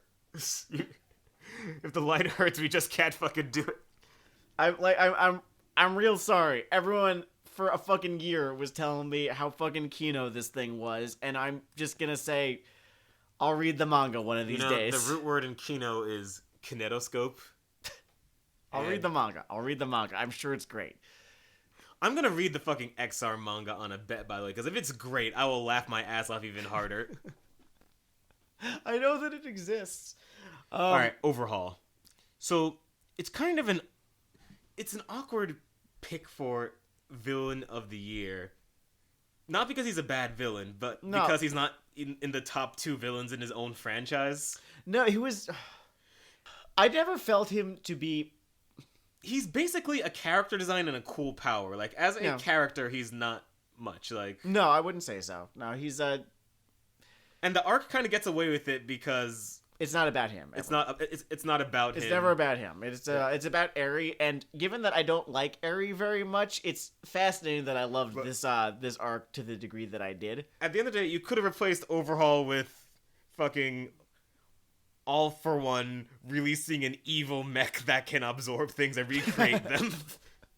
And I was like, oh shit, Deku, do something. I feel like he's getting... I honestly feel like he got this nomination because of that final fight. And it was a great fight, certainly. It's a great fight, but I feel like he could have had that with any bad person of that power set with those stakes. Like, there's not something... Again, Overhaul isn't even the best... Here, villain present in that story arc. I like Shiggy, I know. Yeah, Shigi's great. Yeah. Alright, Rachel from Tower of God. I've got everyone who fucking liked that thing telling me how much worst girl she is. The fact that that Mommy is not on this list is a robbery. She was the best villain of this year. I speak, of course, of the main antagonist of Rent-A-Girlfriend. As we, from birth till death, there will be a sort of action tilt bias in villain. It's such fucking bullshit. It was such a goddamn snub. Mommy is one of the most fascinatingly, realistically written, horrible fucking people I've seen in an anime. You know what? I'm gonna... Like, I don't hate people the way that I hate her. I'm gonna dip into the male comedian well. Mm-hmm. Hopefully not to me, but whatever. If you don't think Mommy belongs on this list, you're not divorced. Next category. Next category. All right, best protagonist. Ooh. All right, this should be interesting. Ooh. All right. Hit me with the beats. Yuji Itadori from Jujutsu Kaisen. Shoyu Hinata from Haikyuu to the top. Natsume from Decadence. Midori Asakusa, Keep Your Hands Off Isaacen. Anos Voltigode the misfit of Demon King Academy. Oh, I'm sorry. In case I wasn't pointed towards the microphone, I said this. Eat my ass. And the winner, inexplicably, Katarina Claes, My Next Life as a Villainess, All Routes Lead to Doom. She was fine. She was fine, guys. She was not annoying. That was the bar. That was the bar, and you have rewarded her disproportionately for not being boring and annoying the way that isekai protagonists 99% of the time are. So, congratulations, Katarina Claes, for being the 1% in this regard. You were not bad, but no, Asakusa was the best protagonist of the year. Fuck you, fight me. There's an expression called a Alabama 6. Mm-hmm. Or sorry, an Alabama 10. Jesus. Which is like a New York 6 and a California 4. And that is what Katarina is. She is in anime's Alabama. I don't think Natsume from Decadence deserved to be on this list. I think that she was okay as a protagonist. I think she's kind of a default POV type. I think that she was an okay protagonist in an above average show, and got more credit than I ultimately felt like she deserved. Again, Midori Asakusa was the best protagonist of this year.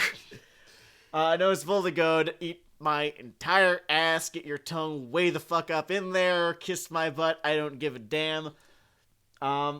So I would not burden the Dunkin' Donuts Corporation when it comes to Miss Academy with 2 fights in 1 week in its parking lot. Just beat their ass twice. But that's okay.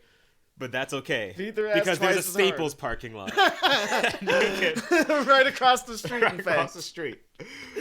And when I am done fucking pulverizing the other asshole, you can meet me there at 1 a.m. and we can settle this. Alternatively, if you were the same asshole, I'll beat your ass in the Dunkin' Donuts parking lot. And once I'm done beating your ass in the Dunkin' Donuts parking lot, we can go across the street and I'll beat your ass in the fucking Staples parking lot. We look forward to meeting our fan base. Yuji Itadori. He was fun. The sense of humor about him is good. Ironically, given how much I don't like about Jujutsu Kaisen, he's one of the better moving parts. Yeah, absolutely. Again, I will not be unfair to Jujutsu Kaisen as much as ultimately it did not work for me. Yuji was a fun guy. He was a fun protagonist. I found him pretty compelling. Way the fuck more compelling than Yuman Sakuna. I will say that what I said about the antagonist thing seems to hold true for protagonists. I thought there'd be a little more diffusion, but there's a weird genre lockout thing happening here that I'm not a fan of. Whoa, what do you mean? Like, oh yeah, I guess so. I mean, there's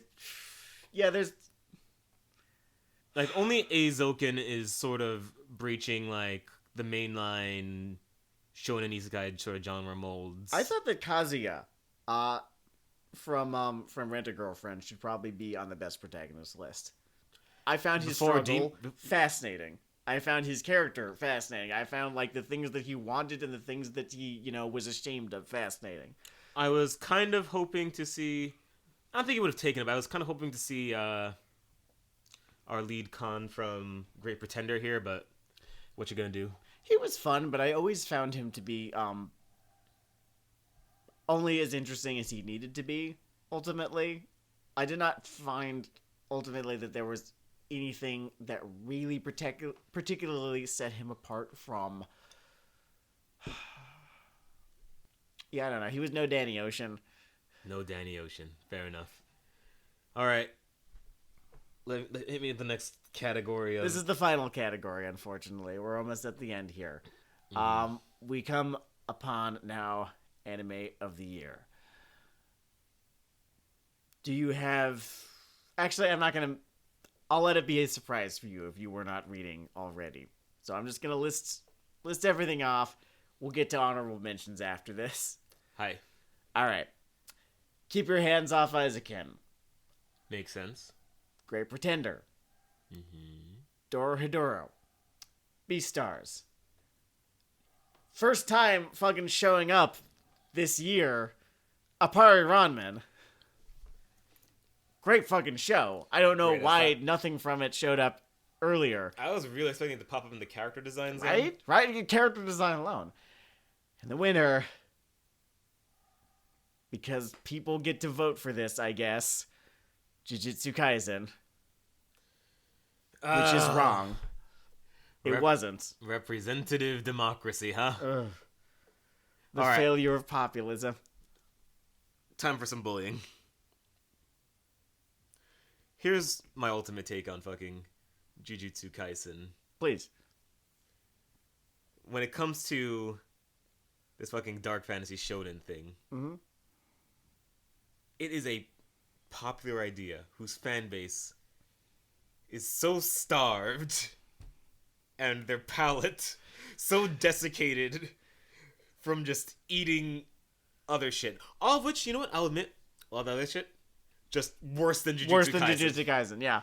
The Jujutsu Kaisen is not even like a bad show. It's not a bad just show. Undeserving of this title. But like, you give this sliver of people who've been hankering for their beach replacement something that can like tell stories that have a beginning, a middle, and an end, and their assholes are just blown open with amazement. Man, I don't even fucking know, because like in the same fucking year we got, you know, Hero Aka, and at the end of it I'm we talking got all shonen. I'm talking like specifically like this sort of post-Bleach, like late teens monster hunting, vague rebellion. There's a niche like they had. Oh yeah, I think they need to get rid of that. I think they need to let go of that genre and move on to a better one. Because I think that it has only been done well by Yu Yu Hakusho. Because there is a tradition of shows that this is in, and it does it better than a lot of what they have been eating for 6 years of glass on their tongue and tears in their eyes. I think that's more indicative not of the fact that there have not been any good entries in this genre, and more that it's maybe not even that good of a genre. I think it was a very good show back in 1993 or whatever. Running in a crowd. And then it became a genre, inexplicably. They just wanted that Kuwabara money. Although, then again, I did like Kimono Jihan, so I might just be full of shit here. Oh yeah, we might be total fucking hypocrites. In fact, I think its anime will come out next year or the year after. The thing about Chainsaw Man is that it's basically a smart person's take on this entire fucking axis. Okay. So, I almost don't even want to say that this concept could never be done well by anyone, anywhere. But seeing something like Chainsaw Man just really reveals what meager fare in the spectrum you people have been eating until now.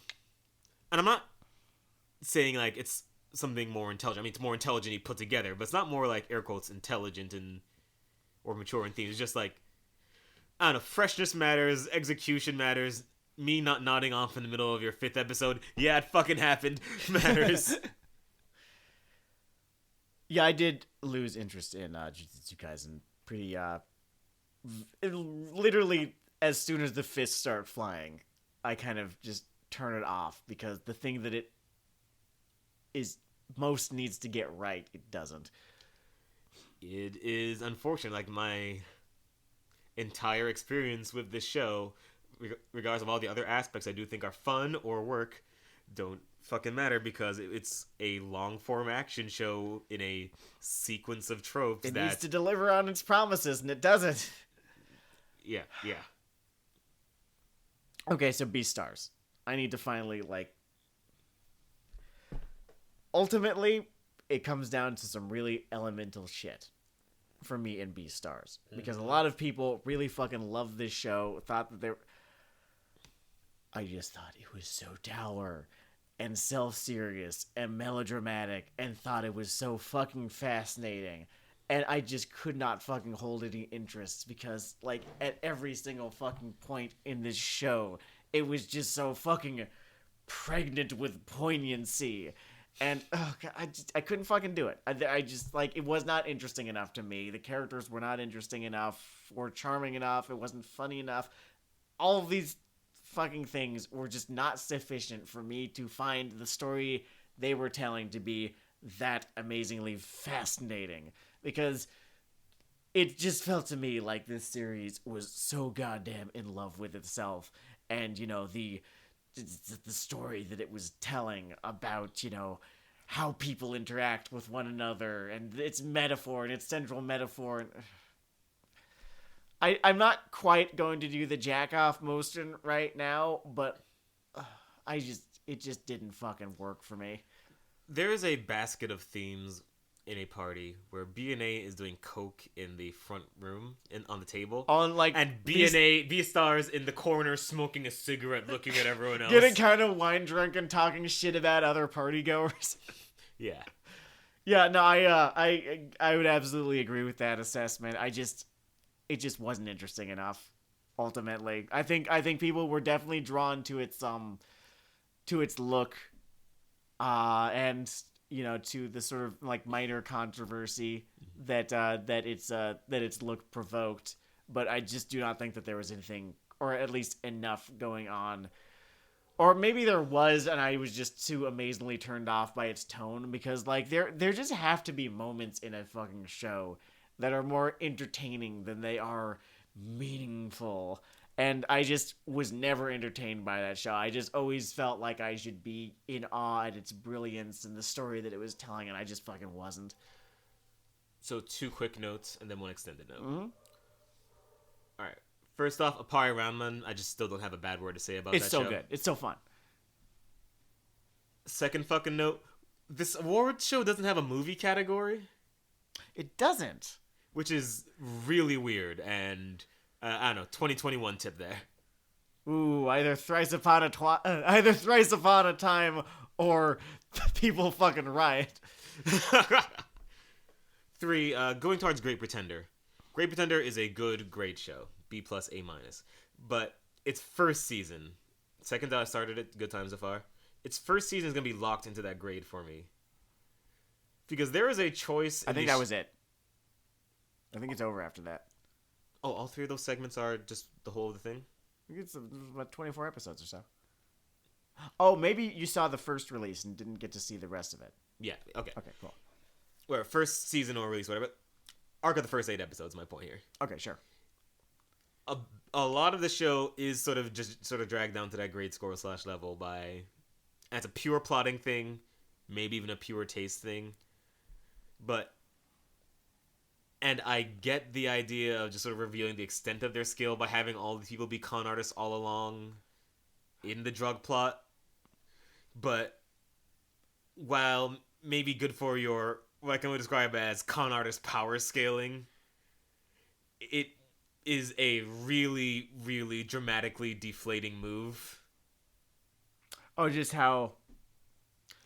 And they do it a lot, too. Yeah, and you have to understand that you have to be careful of that fire, because it has the potential to be the crime drama equivalent of It Was All a Dream. Yeah. I mean, it was done... See, here's the thing. That everyone's fucking chasing Ocean's 11. Because it was done so fucking perfectly in Ocean's 11 that everyone wants some of that fire, but it just burns them. It just burns them. Be careful of Prometheus will be my only warning. Okay. Out of all these entries, and I said my piece about Dorohedoro. I'm sorry. Maybe I'm just flat out wrong, but I couldn't Light and sound. Call me a boomer. Out of all these entries, yeah, keep your hands off eyes again every fucking day of the week. However, that being said, my anime of the year was a 4-minute long music video called Gotcha. All right, everyone, we're going to take a little deviation here. By the way, this is also why I think there needs to be a section for shorts and movies, because otherwise you're going to hit this whole shit. You hit this whole fucking thing. No, Gotcha was fucking perfect. It made me cry every time I watched it. It was, for anyone who does not know, a music video for Bump of Chicken's single, Acacia, I believe. Or either that or Kaya. I think it's Acacia. And it was basically made as a music video to hype up the release of a fucking Pokemon Sword and Shield DLC. And the whole thing was basically this love letter to the entire Pokemon franchise from its very beginning up to where it is now. It is, just in concept, it basically just tells this like one very quick little story about these two trainers who, have lost their respective Pokemon and then find them. And then throughout all of this, it just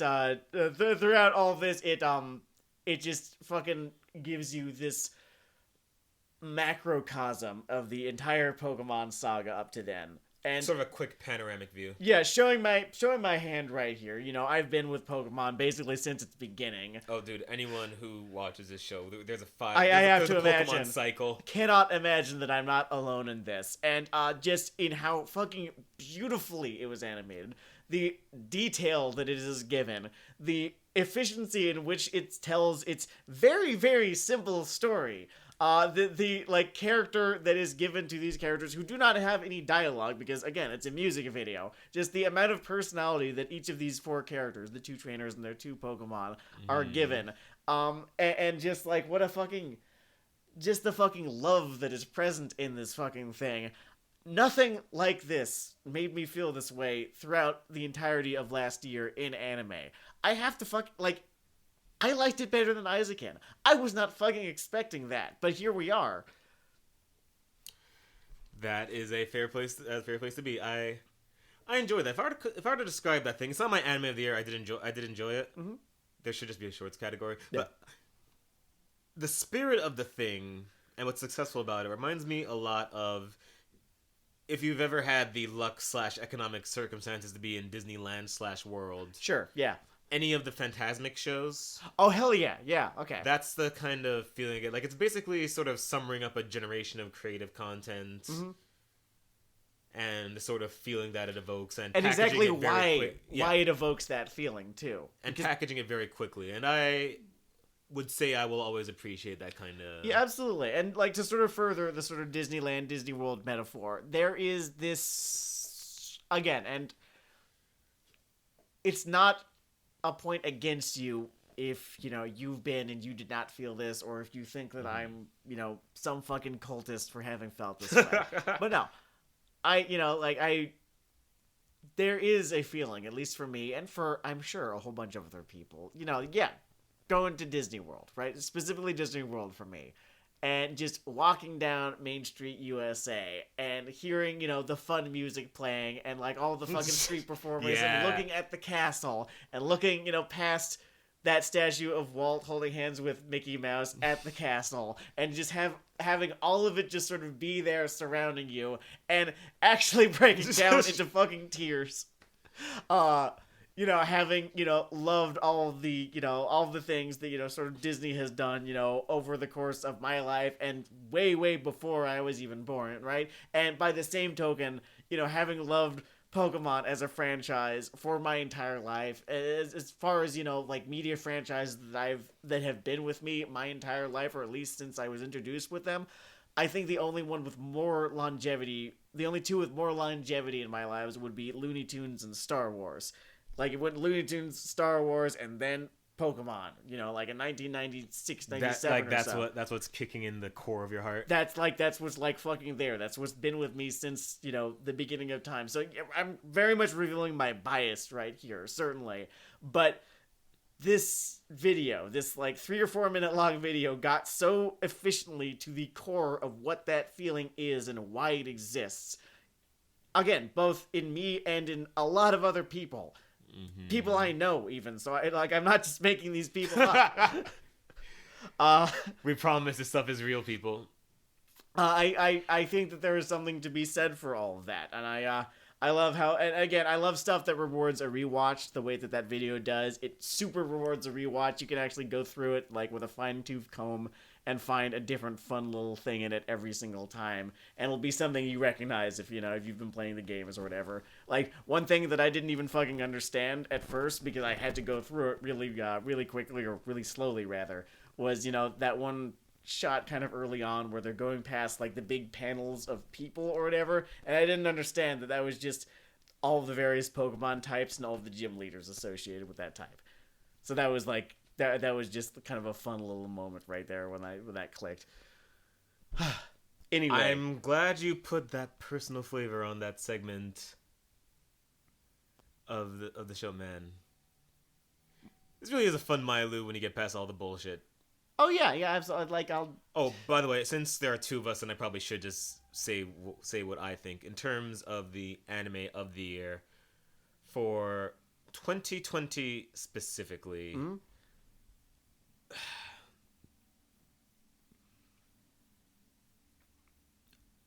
Fucking got him. I'm a big believer in the pure comedy in a lot of ways, so I thought it was locked because they really hit like that pure level I think that format can. And for a long time, for my season, Kaguya-sama was just walking through the House of Leaves in Oronishi's robes, celebrating its victory. And then there is this sudden shock. The music stops in the main room. And fucking Aizoken is standing next to... Aizoken is standing next to an armless Appare Ranman.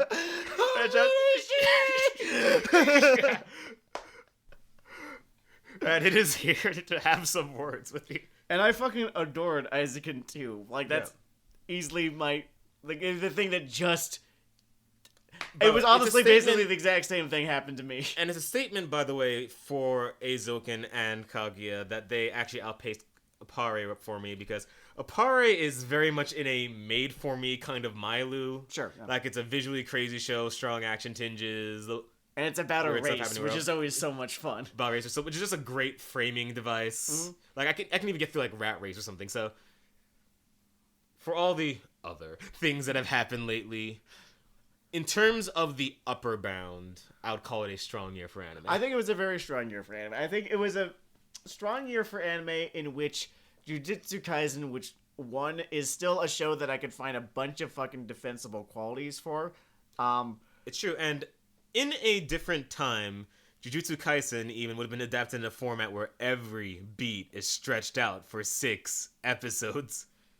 That's true, yeah. And no matter what you think or don't think of the core material, that style of long form shonen adaptation is unfucking watchable. Well, it did a very useful thing, which is I thought when I was younger, right, and I was watching Bleach and I was watching Naruto, and I thought that the reason why I couldn't fucking stand this anymore is because it dragged out for so long. No, it turns out that if you condense all of that to just an episode, it still sucks. Because took us past that little fallacy. Because Jujutsu Kaisen is a apotheosis of and love letter to a genre that I have no better word for than competitive tax filing. Because that's what it feels like. Just them, basically explaining to one another all the T's they crossed and I's they dotted in order to kick your ass. And then, the fight progresses forward an inch or so. And then a new set of paperwork is then filed. They tap their mana. They swing for 12. Someone blocks. Oh, shit. Someone in response to that is going to play an instant. Right? And, oh, wait. But in response to that, I'm going to sack my artifact. and that is what it fucking... Have you ever been... present in a room of people who are playing Magic the Gathering, but you're not? Oh, man. That is what Jujutsu Kaisen feels like. That is what Black Clover feels like. That is what Bleach felt like. That is what Naruto felt like. That is why I do not feel like watching Boruto. It's why I didn't even feel like watching... It's why I was so disappointed to learn that Jujutsu Kaisen was this. After all of the hype, right? Because I was hearing all sorts of people being like, oh shit, guys, this is such a fantastic distillation. No, it's not. It's a fucking fan fiction. I agree with a lot of that about the sort of competitive tax filing mentality. Unfortunately, sort of drawn from a artless version of sort of lines that JoJo popularized, at least on the US front. Yeah. You know what's fucking wild? What's that? When I think about, like, the other pillars of, like, sort of money-making shonen action, Dragon Ball and One Piece aren't really like that. They're like a fucking... The action instead of like a 12-year-old of cocaine and crayons, and I think they're better served by that. One Piece, certainly. It's why I did not list that It's why I did not list that show in, the grand list of shows that I wish weren't like this. Dragon Ball, okay, showing my ass here. Didn't watch it.